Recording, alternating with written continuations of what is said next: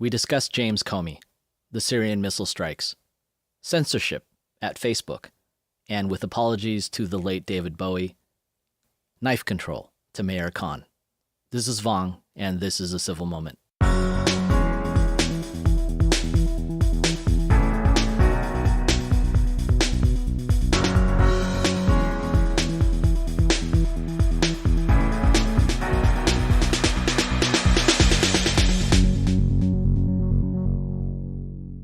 Over the weekend, James Comey gave his much-anticipated interview with former Clinton White House Communications Director George Stephanopoulos, who now works at ABC.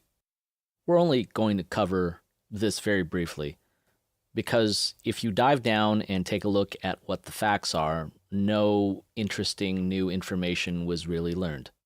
What we got were salacious speculation and what essentially amounts to tabloid journalism masquerading as news. If we concentrate on just the facts, the takeaways have very little to do with what was presented and more to do with why they were presented and what those presentations actually mean. James Comey, if you recall, was absolutely lambasted by Democratic senators during the election between Hillary Clinton and Donald Trump. And his performance and his handling of the Clinton email case were derided by both right and left. One could speculate that if you earn the ire of both sides, perhaps you're doing something right, but the simpler explanation is you've done such a bad job that both sides think that you've failed. For whatever reasons, James Comey gave some truly bizarre press conferences during the final days of the election, and he may very well have swung the election in Donald Trump's favor. And of course, for that, a host of big-name Democrats came out and called him all sorts of names, questioned his integrity. And among those, you could count Bernie Sanders, Chuck Schumer, and just about every talking head on CNN and MSNBC. During that same time frame, networks like Fox and others who were supportive of Donald Trump were absolutely giddy that he was out here damaging Hillary Clinton's chances at winning the election. Of course, it's not up to the FBI director to damage anybody's chances or enhance anybody's chances at winning or losing an election. Whatever his personal thoughts were about Clinton or Trump, it was not his role as the director of the FBI to do anything other than to investigate the allegations. And in that, he failed. Presented with clear misdoings on the part of Clinton, and here we talk about the letter of the law. The mishandling of classified intelligence does not require intent to disclose for a crime to have been committed. Merely gross negligence in allowing classified material to become available to those who do not have clearance is in itself a crime. From 2009 to 2015, while Obama was president, 7 people were charged under the Espionage Act, all of them for leaking classified information. 5 of those people got jail time. In the case of several of them, they were intentional, but at least in several cases, mishandling classified information was all that it took for someone to get charged and convicted. The standard is not intent. The standard is gross negligence, which is why it is so concerning that under James Comey's watch, Peter Strzok, disgraced FBI agent, changed the language describing Hillary's mishandling of classified intelligence from grossly negligent, which was in the original draft, to, quote, extremely careless. It seems like a small distinction, but it allowed Hillary Clinton to escape prosecution for the mishandling of classified intelligence. Through negligence, other Americans have been convicted of violating these laws. It is not right nor proper that there should exist a double standard for our politicians and our citizens. At the very least, James Comey was complicit in the upholding of that double standard. So what was he doing on ABC, being interviewed by George Stephanopoulos? Peddling his new book, ironically entitled A Higher Loyalty. A loyalty to what exactly? If there are truths that the American people need to know, why wait a year to tell them until you have a book deal in place? Now, James Comey is out of a job. He's unlikely to get another job in government anytime soon. It is well within his rights to try to monetize his story. Nobody blames him for that. The issue is that everybody seems to be bending over backwards as if there was some great truth or he was doing something noble. There's no nobility in this. This is purely self-serving. This is not in defense of Trump, nor really is it an attack on Comey himself. Comey's motivations are easy to understand. They are self-serving. The attack is on the coverage of what he has to say. The attack is on the idea that James Comey has some special dispensation to say these things. Certainly, if he had any information on ongoing investigations regarding Trump and Russia, he could not speak about them. That in itself would be a violation of the law. And then he says he can't rule out that the Russians have something damaging on the president. Listen to this. Honestly, never thought these words would come out of my mouth, but I don't know whether the current president of the United States was with prostitutes peeing on each other in Moscow in 2013. It's possible, but I don't know. If you don't know, and you're trying to be a neutral observer, the statements that you're likely to say would sound something like, there is no evidence to suggest those things ever took place. Not simply that I don't know, and then have the implication be that it's quite possible, I just don't know. But of course, that's what's being eaten up by the left. There is still no evidence that any substantive collusion took place between the Russian government and the Trump campaign. And we know that the Russians meddled in the elections. We know that Russian bots are still all over Facebook and Twitter spreading misinformation. We know that the United States is not alone. We know that Western democracies are the antithesis of everything authoritarian leftist governments, such as those in Russia, represent, which is why Russia allies itself with dictatorships and the very worst dictators in the world, like Kim Jong-un, like Bashar al-Assad in Syria. And one would think that if the Russians had anything on Trump, and first of all, what could they have on Trump? Certainly, at this point, I'm not even sure anybody would be particularly shocked if they had any further allegations of strippers or children out of wedlock or mistresses. After Stormy Daniels and James Comey, Trump has inoculated himself to the types of moral outrage that might sink any other president. And presuming they had any kind of leverage on him, what better time to use it than right now? Right now, while America and its allies are sending missiles into Syria against Syrian government positions and presumably where Russian troops might find themselves in harm's way. Here's Trump. The purpose of our actions tonight is to establish a strong deterrent against the production, spread, and use of chemical weapons. Establishing this deterrent is a vital national security interest of the United States. The combined American, British, and French response to these atrocities will integrate all instruments of our national power, military, economic, and diplomatic. And here's Trump calling Russia out specifically. To Iran and to Russia, I ask, what kind of a nation wants to be associated with the mass murder of innocent men, women, and children? The nations of the world can be judged by the friends they keep.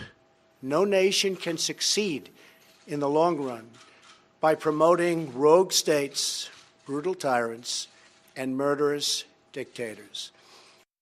The statements from Trump came over the weekend shortly after the United States and its allies sent missiles into Syria, striking military targets and facilities believed to be used in the manufacture of chemical weapons.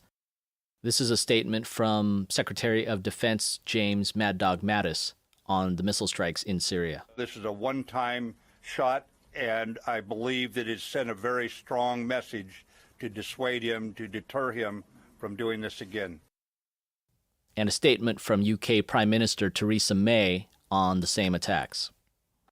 This was not about interfering in a civil war, and it was not about regime change.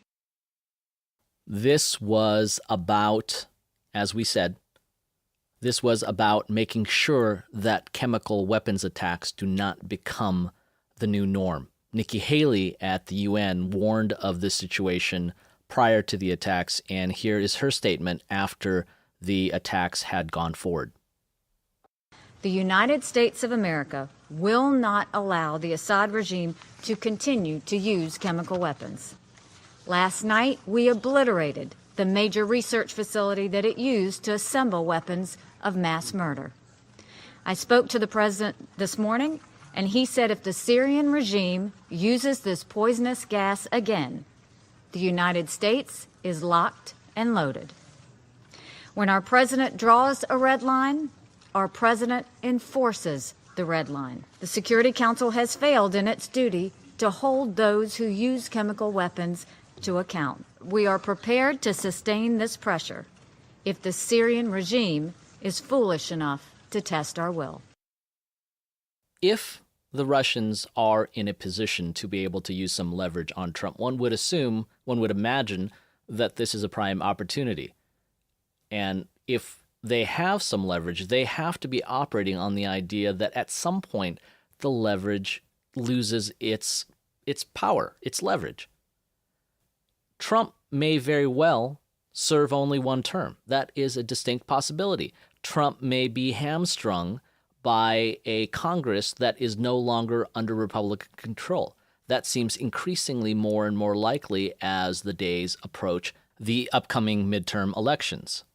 We see a narrative that talks about Trump colluding with the Russians and him being too friendly. Now we have a narrative where Trump is being blackmailed by the Russians, ostensibly with some kind of leverage. We see Trump attacking Russian positions in Syria, or at least Syrian positions where Russians are known to be cooperating with them.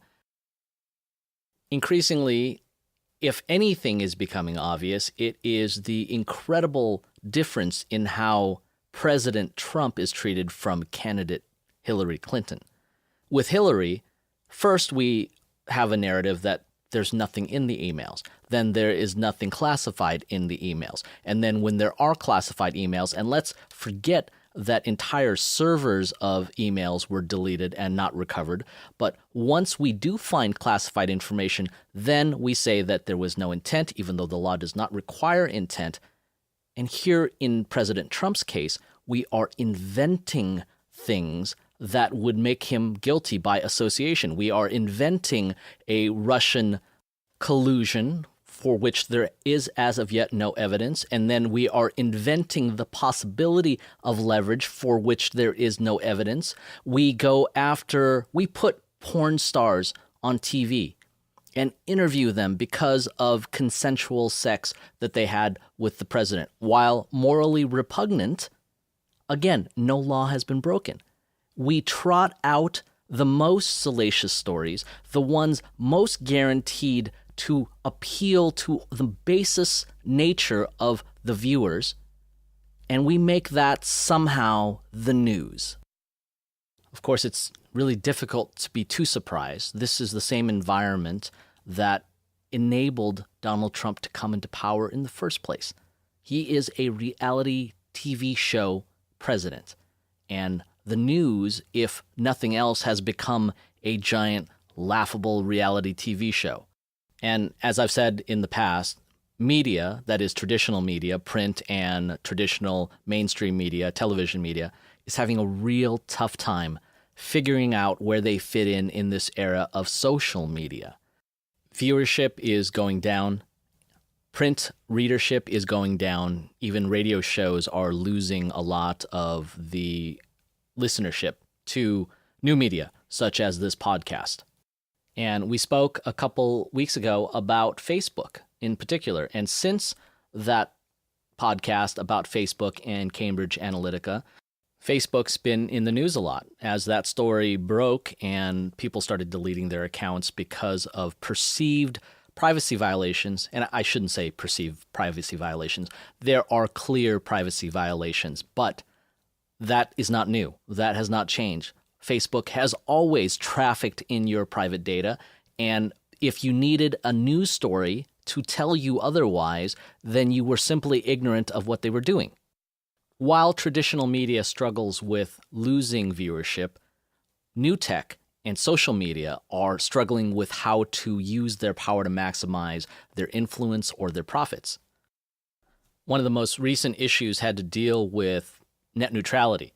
And one of the things that was so disingenuous about that whole conversation was it pitted traditional cable and internet providers against social media. You had YouTube and you had Facebook and you had Twitter all on the side of net neutrality. Their idea of net neutrality, though, insulated those social media companies from the same standards that are required of the internet providers. And during Mark Zuckerberg's recent testimony to the Senate, he was asked if Facebook was merely a platform or if it was a publisher. Here's Senator Cornyn asking this question of Mark Zuckerberg. We've been told that platforms like Facebook, Twitter, Instagram, and the like are neutral platforms, and the people who own and run those for profit, and I'm not criticizing doing something for profit in this country, but they bore no responsibility for the content. You agree now that Facebook and other social media platforms are not neutral platforms, but bear some responsibility for the content. I agree that we're responsible for the content. If they are, as Zuckerberg says, responsible for the content, then they are a publisher. If they are responsible for the content, then they must be held to the same standards, or potentially could be held to the same standards as any other publisher. And that means that things like libel, that means things like copyright infringement, now become really serious issues for Facebook. Of course, they have to argue this, though, because they came out so strongly in favor of net neutrality. But the net neutrality laws would have not applied to Facebook. It would not have applied to YouTube. It would not have applied to Instagram or Twitter or any other social media. And that was a competitive advantage masquerading as some social movement being pushed by the social media giants. And as I said in that podcast, there was a very real danger where Zuckerberg was asking for regulation, that they would embrace regulation for things like what is acceptable speech as a publisher. And if they were to do that, who then determines what is acceptable speech? Here is Zuckerberg trying to explain or answer what hate speech, for instance, is. You may decide, or Facebook may decide, it needs to police a whole bunch of speech that I think America might be better off not having policed by one company that has a really big and powerful platform. Can you define hate speech? Senator, I think that this is a really hard question, and I think it's one of the reasons why we struggle with it. There are certain definitions that we have around calling for violence or let's just agree on that. If somebody's calling for violence, that shouldn't be there. I'm worried about the psychological categories around speech. You used language of safety and protection earlier. We see this happening on college campuses all across the country. It's dangerous. 40% of Americans under age 35 tell pollsters they think the First Amendment is dangerous because you might use your freedom to say something that hurts somebody else's feelings. If you can't even define hate speech, how do you go about policing it? The whole idea behind the First Amendment, the whole idea behind freedom of speech and freedom of expression is that you take the risk of offending somebody. The idea that we can all grow as people without being exposed to things that might offend us and being exposed to ideas that we have to internalize, process, and get through is laughable. Our existences, our intellectual growth would be stunted beyond all recognition if we never had ideas that challenged our identity and our way of thinking. And that process is not meant to be comfortable. That process is not meant to be safe. That process is what makes us better. And to avoid it is to live our entire lives as children. Now, later on, after this questioning, Zuckerberg begins talking about potentially using AI to filter out hate speech or unacceptable speech. AI is a fascinating topic, one that we intend to cover in a later podcast. In 2015, AlphaGo became the first computer Go program to beat a human professional Go player without handicaps on a full board. In March of 2016, it beat Lee Sedol, one of the greatest Go players of all time, in a match 4-1. There's a great documentary called AlphaGo that goes into depth about how these games were played. It's a really good movie, and you should watch it if you have the chance. Since then, the AI behind AlphaGo, known as DeepMind, has gotten much stronger at playing games. The way that neural nets work and the way that machine learning works is you outline a condition and you describe what a winning condition is or a desired condition. So you teach the AI what you want the outcome to be, and then you teach it some ways of getting there, and it processes and calculates until it achieves the desired result. This is a gross oversimplification, but that's the general idea. The part to take away from all this is that it must be told what the desired game condition is. And it's fairly easy to define what a winning position is in chess or a winning position is in Go. But how do you define what hate speech is? You run the risk of, if you feed into an AI designed to filter out hate speech, let's say a Garfield comic book, it'll start censoring every mention of Monday because Garfield hates Mondays. It is reliant on the input. Who defines, who gets to tell it what hate speech is? And this is how you begin to chip away at the freedom of speech. It's very telling, it's very dangerous that so many people in our colleges believe that free speech is dangerous. That the places where we would expect the freedom of ideas to be most represented are now becoming the places where the freedom of ideas is most censored and repressed and vetoed and combated. Even if you don't throw people in jail for speaking their minds, even if you don't throw people in jail for potentially offending somebody, and that's only a maybe, because people are proposing things that would send people to jail for potentially offending somebody. But even if you didn't have to do that, you could curtail free speech just like the Chinese do by giving it no way to get to another human ear, to get to another human eye, to get to another human mind. And that is why censorship must be fought, and that is why Facebook offering itself to regulations defining what is acceptable speech is very dangerous. If you cannot trust anybody to define what hate speech is, it is far better to do as we have done in a free society and say that all free speech is sacrosanct. It is far too easy for people in power to get used to that power, for them not to be able to imagine themselves without power, and far too easy for them to get comfortable with the idea that these rights can be curtailed and we never believed that we would have to be defending free speech of all things. Yet here we are. And we already know, and we already see, and we don't have to look very far to see where free speech is not a guaranteed right. And we certainly don't have to look very far to see where the Second Amendment is not a guaranteed right.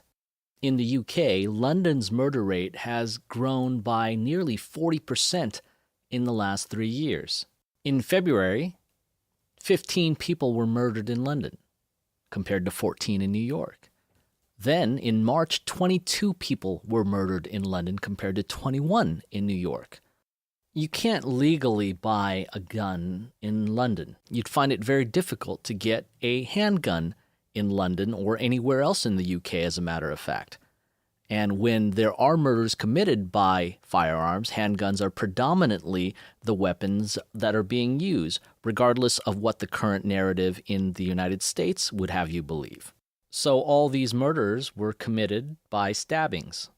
In 2016, in Japan, 19 people were killed and 26 injured in a mass stabbing. Whenever something like this happens, invariably you'll see on social media someone chiming about, where is the knife control?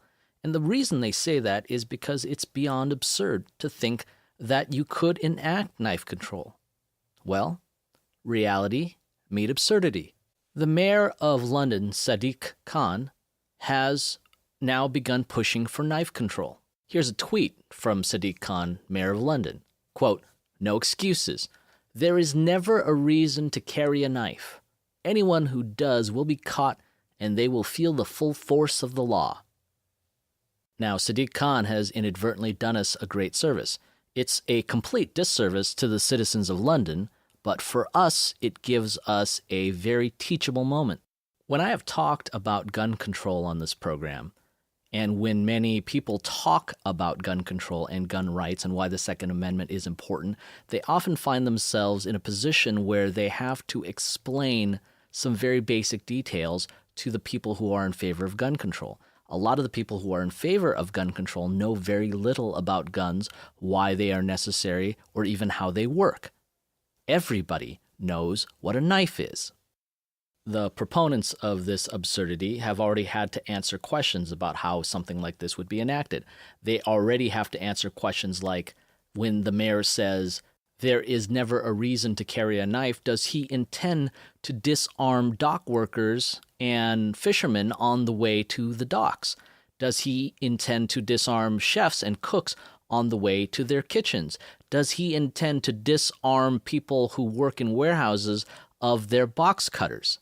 And the response to that is, of course not. Those aren't the dangerous knives we're talking about. We're talking about the dangerous ones, the ones that are black, the ones that have serrations on them that are meant for bad things. We'll start legislating what is acceptable to carry based on the things that look scary. And certainly you'll be able to carry a Swiss Army knife, as if a Swiss Army knife couldn't kill somebody, as if a fisherman's knife wasn't just as dangerous, as if a box cutter wasn't used to hijack planes that were flown into the World Trade Center. We start legislating based on what is scary, on what emotionally makes the most impact instead of thinking out and thinking through the law and its impact on law-abiding citizens, law-abiding knife owners, which is to say everybody who has a kitchen. And when we say that it's no longer legal, someone is out there ready to commit a murder. How much of a deterrent is it going to be to ban knives? How hard would it be to find a knife now that they're banned? How difficult would it be to find a sharp object? It's nonsense. It's crazy. It is addressing one set of failures, a failure in immigration policy, a failure to integrate a population, a failure to deal with criminality in London, and then doing something that harms the rest of London's citizens, the law-abiding ones, and pretending that you have accomplished something. And that's only dealing with the murders. In 2014, 120 people were attacked with acid. In 2015, 255. In 2016, 395. And in 2017, 465 people had acid thrown in their faces. These are disfiguring injuries that change the course of the lives of its victims forever. And this is a failure in governance. It is a failure in dealing with criminality. It is a failure in dealing with disaffected youth. It is a failure in dealing with how to integrate immigrants that you have allowed into your country with no plan on where they go. And the greatest failure is once you have failed at these things, to not recognize your failure, to compound a situation that is getting worse by attacking your law-abiding citizens. So what to do about the acid attacks? You start banning car batteries, only allow certified people to install car batteries. That would be a source of sulfuric acid, but they're not using sulfuric acid in all cases. Start banning pool chemicals or only allowing certified people to purchase pool chemicals. Well, that will take care of your hydrochloric acid problem, but they're not all using hydrochloric acid or muriatic acid either. They're concentrating vinegar into an acid that can be thrown in somebody's face. Are we talking about now banning pickles and barbecue sauce? It would be disingenuous to suggest that knives and guns are the same thing. At least here in the United States, the Second Amendment only protects your right to own a gun. If you've enjoyed this program or found it informative or enlightening, please subscribe. The Civil Moment podcast is new, and your support and involvement is greatly appreciated and absolutely vital if we are to continue doing this. Listen to our podcast on iTunes or SoundCloud and leave a review. Our audio is now also available on YouTube. Follow us on social media at Facebook or Twitter. Like and share our podcast announcement. It all helps. You can contact us by sending an email to podcast@civilmoment.com or visiting us on our website at www.civilmoment.com. Thank you. Until next time, I'm Vong, and this has been A Civil Moment.